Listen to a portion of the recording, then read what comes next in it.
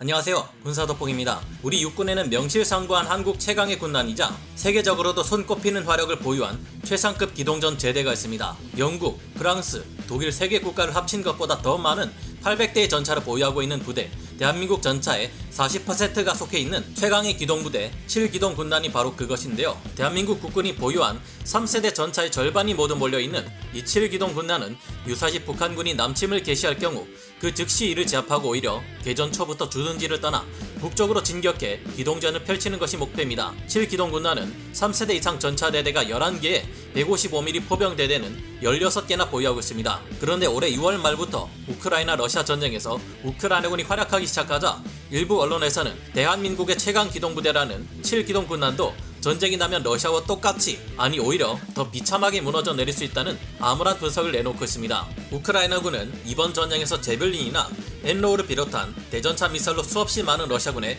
막강한 전차 군단을 박살내버리는 대활약을 보였고, 이런 환경이라면 더 이상 전차라는 존재가 전장에서 활약할 수 없는 것 아니냐는 전차 무용론이 재등장하기도 했는데요. 북한 역시 어마어마한 수의 대전차 무기를 보유하고 있는데 전쟁이 나자마자 북한으로 바로 들어가는 한국의 7기동 군단은 이에 대한 대비가 하나도 되어 있지 않다는 지적이 나왔기 때문입니다. 이번 전쟁에서 폭풍처럼 밀고 들어가는 전술을 사용했던 러시아군은 전쟁이 날 경우 바로 북진에 올라가 적진을 점령한다는 7기동 군단의 운용 목표와 비슷한 모습을 보였고, 이런 러시아군의 전차 부대가 곳곳에 매복해 있는 우크라이나군의 대전차 무기류에 의해 초토화된 바 있다는 것을 생각해보면 쓸데없는 걱정으로 보이지는 않습니다. 미국, 영국, 프랑스 등 선진국들의 전차들은 대부분이 APS 능동 방어 장치를 가지고 있어 매복한 적들의 대전차 무기 기습에 대비되어 있지만, 한국 7기동 군단의 경우 K2표 전차 일부에만 이 같은 대비가 되어 있고, K1 전차의 경우 아예 이 같은 장비가 탑재되기는커녕 슬랫 아머조차 없다는 점을 생각해보면 우려가 되기도 합니다. 그러나 이 같은 분석은 현실적이지 않다는 반론 또한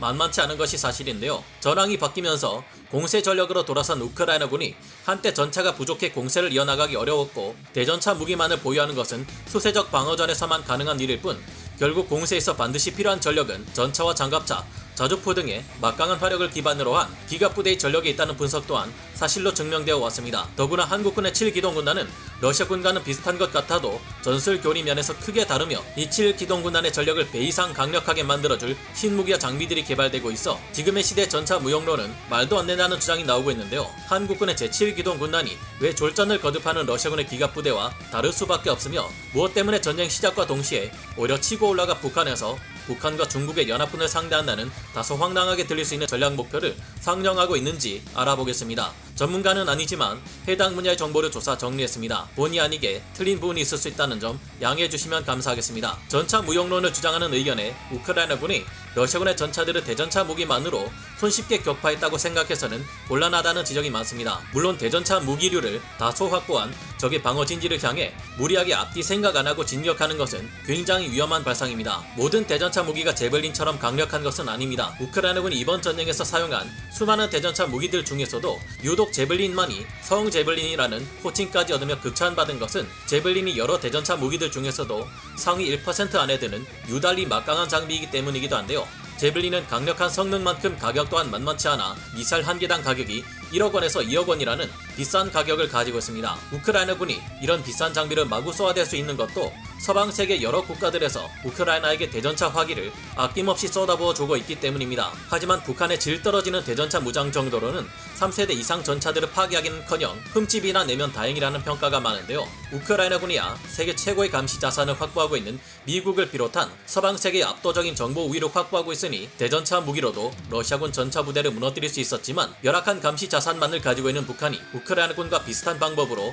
한국의 7기동 군단을 상대하려다가는 큰 낭패를 볼 수 있습니다. 북한군과 우리 국군의 전쟁이 발발한다면 세계 최강의 정찰 감시 전력을 갖춘 미국이 우크라이나 이상으로 한국에게 정보를 제공할 것이며, 굳이 미군까지 동원되지 않아도 우리 공군의 전력만으로 충분히 한반도의 제공권을 장악할 수 있습니다. 오죽하면 최악의 수를 모두 상정하는 워게임에서조차 북한 공군은 우리 공군의 사흘이면 괴멸당하고 한국군이 제공권을 장악한다는 전제가 기정사실로 받아들여질 정도인데요. 물론 엄청난 수의 중국 공군 전투기들이 북한을 돕기 위해 날아올 수 있지만, 이렇게 될 경우 세계 최강 항공모함 전단의 함재 전투기들이 무수히 날아와 한국을 지원하고 압도적인 전자전 능력을 가진 미 해군의 EA-18G 그라울러 전자전기와 미 공군의 공군이 가진 현존 최강의 스텔스 전투기 F-22A, F-35 전투기들도 지원 전력으로 활약하게 될 겁니다. 그런 만큼 북한과의 전쟁 상황에서 한국군의 제공권 장악은 생각할 필요도 없으며 7기동 군단은 정확한 정보를 가지고 북한군의 모든 움직임을 찾아내 적시적소에 타격할 수 있게 될 가능성이 크다고 생각됩니다. 북한과 한국의 전쟁이 발발한다면 높은 확률로 북한이 먼저 심각한 위협을 가했을 경우일 가능성이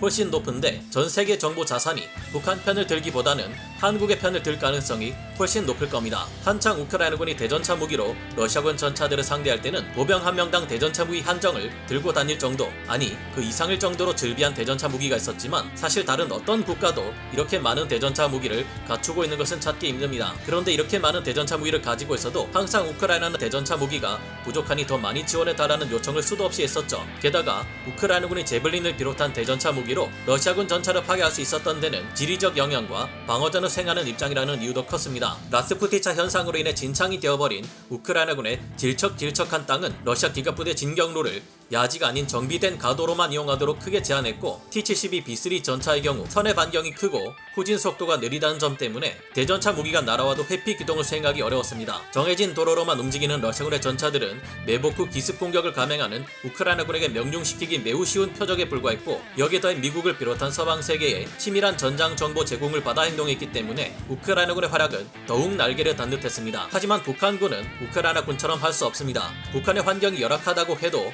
기껏해야 야지 수준이며 이런 곳에서는 전차가 더 유리하면 유리했지 불리하지 않은데요. 북한의 환경에서 전토지가 진창이 되어버리는 라스푸티차 현상은 일어나지 않으며 우리 군은 야지 기동을 전제로 전차들을 운용하고 있습니다. 북한의 지형은 70%가 산지로 이루어져 있는데 이런 곳에서는 제블린 대전차 미사일을 쏘려고 해도 탑어택 모드로 전차를 공격하기가 상당히 힘들어지기 때문에 큰 애로사항이 생깁니다. 우크라이나군이 유리해지는 데는 도대체 적의 현대전을 수행하는 군대가 맞나 싶을 정도로 엉망인 러시아군의 상태에도 한몫했습니다. 보병과 기갑전력, 포병, 항공전력 등 다양한 병과 부대가 합동으로 작전을 수행하는 것을 두고 제병협동작전이라 말을 하는데요. 러시아군은 전차가 소속된 기갑군이라면 필수로 수행해야 하는 제병협동작전을 제대로 보여주는 경우가 이번 전쟁에서 거의 없었으며 이 때문에 전차들이 한 줄로 줄지어 가다가 폭사하는 경우가 수도 없이 많았습니다. 반면 북진에서 공세를 수행하는 것이 목표인 우리 군의 7기동군단은 다릅니다. 제7기동군단은 정찰부대의 기계화 보병, 헬기, 포병대 등 전차의 기동을 돕는 예하부대들이 모두 소속되어 있고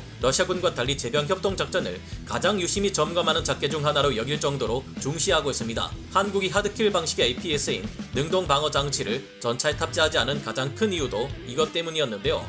하드킬 방식의 능동방어장치는 직접 투사체를 날려 날아오는 적의 포탄을 맞춰 무력화시키는 방법으로 전차를 보호하는데 이때 발생하는 폭발의 전차와 함께 제병협동작전을 수행하는 보병들이나 장갑차들이 위험해질까 염려되어서 했습니다. 러시아군의 가장 큰 문제점 중 하나는 BMS 전장관리체계 보급률이 형편없다는 것이었지만 한국의 제7기동군단은 다릅니다. 러시아는 우크라이나에 투입된 그 많았던 수천 대의 전차를 통틀어도 사실상 BMS 체계가 구축되어 있던 전차는 가장 최신의 전차이면서 그 수량도 얼마 안 되는 T-90M 전차 65대와 소량의 T-14 아르마타 전차뿐이었는데요. 오히려 BMS 체계를 갖춘 우크라이나군의 전차가 더 많을 지경이었습니다. 하지만 한국은 현대전에서 아주 중요하게 여겨지는 C4I 네트워크 전자전 체계인 이 BMS의 중요성을 아주 크게 인식하고 있어 이 C4I 체제를 소대 단위까지 확장시키고 있습니다. 게다가 한국군의 전차는 지형의 특성상 물리적인 방어력을 상승시키는 것을 다소 양보하면서까지 고속기동을 통한 회피기동과 반격으로 대전차 무기를 운용하는 부대를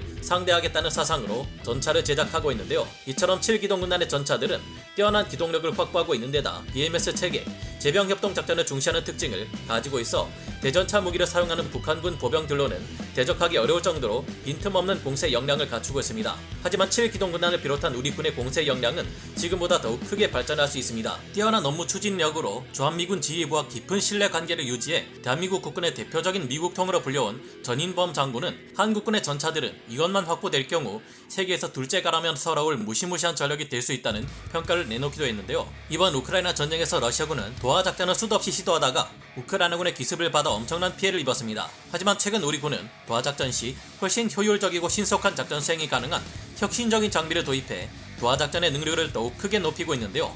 현재도 진행 중인 우크라이나 러시아 전쟁을 볼 때 한국 7기동군단의 전력을 배 이상으로 더욱 막강하게 만들어줄 수 있는 장비들이 지금도 여럿 개발되고 있는데 이것들에는 무엇이 있는지 다음 기회에 알아보겠습니다. 오늘 군사 돋보기 여기서 마치고요. 다음 시간에 다시 돌아오겠습니다. 감사합니다. 영상을 재밌게 보셨다면 구독, 좋아요, 알림 설정 부탁드리겠습니다.